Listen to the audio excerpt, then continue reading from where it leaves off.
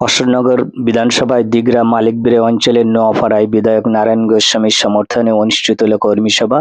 এই কর্মী সভায় হাজার হাজার কর্মী এবং মানুষ উপস্থিত ছিলেন। এছাড়া বিভিন্ন রাজনৈতিক পদাধিকার ব্যক্তিরা উপস্থিত ছিলেন। কর্মীদের একটাই মূল লক্ষ্য পুনরায় নারায়ণ গোস্বামীকে নির্বাচিত করা এবং মাননীয় মমতা ব্যানার্জিকে চতুর্থবারের জন্য বাংলার মুখ্যমন্ত্রী হিসেবে নবান্নের মসনদে পৌঁছে দেওয়া। এই অঙ্গীকার নিয়ে আজ দিগরা মালিকবিড়ে অঞ্চলে নপাড়ায় বিধায়ক নারায়ণ গোস্বামীর সমর্থনে অনুষ্ঠিত হলো কর্মী সভা এবং কর্মী সভায় উপস্থিত ছিল চোখে পড়ার মতো দেখতে পাচ্ছেন অসংখ্য কর্মী। আজকে তারা নপাড়ার মাঠে উপস্থিত হয়েছেন। দেখতে পাচ্ছেন নারায়ণ গোস্বামী উপস্থিত আছেন এবং বিভিন্ন রাজনৈতিক পদাধিকার ব্যক্তিরা উপস্থিত আছে। তাদের মূল লক্ষ্য চতুর্থবারের জন্য মাননীয় মুখ্যমন্ত্রীকে নবান্নে পৌঁছে দেওয়া এবং অশোকনগর বিধানসভাকে নারায়ণ গোস্বামীর হাতে তুলে দেওয়া। এই লক্ষ্য নিয়ে হাজার হাজার কর্মী আজ উপস্থিত হয়েছে নারায়ণ গোস্বামীর ডাকে দিগরা মালিকবিড়ে অঞ্চলের নপাড়ায়। দেখতে পাচ্ছেন সেই কর্মী সবাই অসংখ্য মানুষ উপস্থিত হয়েছেন এবং বিভিন্ন ধরনের মানুষ উপস্থিত হয়েছেন।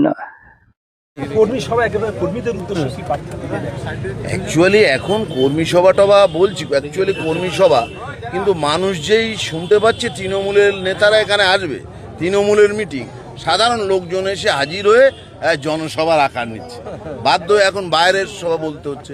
তবু কর্মীদেরকে বলেছি মমতা বন্দ্যোপাধ্যায়ের উন্নয়ন নিয়ে আমরা জেলা পরিষদ বা আমি বিধায়ক হিসেবে যা কাজ করেছি, পঞ্চায়েত সমিতি, সেইগুলো নিয়ে মানুষকে বাড়ি বাড়ি যাওয়া এবং অকারণে তাদের ভোটটা উল্টোপাল্টা জায়গায় দিয়ে যেন না নষ্ট করে।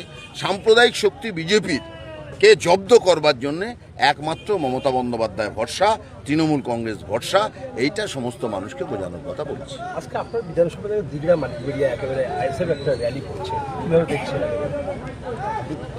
দেখুন, 2021 সালে আইএসএফের যে ভোট ছিল, এবারে তার অর্ধেক যদি তারা পান, মানে অর্ধেক পাওয়াটাই তাদের পক্ষে মুশকিল। যত দিন যাচ্ছে তত পরিষ্কার হচ্ছে আইএসএফে যারা ভোট দেন তারা বুঝতে পারছে যে খামে ভোট দেওয়া মানে ফুটো কলসিতে জল ভরা। সন্ধেবেলা ফুটো কলসিতে মা এক ঘড়া জল ভরে রাখলো, সকালে উঠলে দেখলো সারা মেজে সেই জল, কলসির মধ্যে জল নেই। খামে ভোট দেওয়া মানে তাই।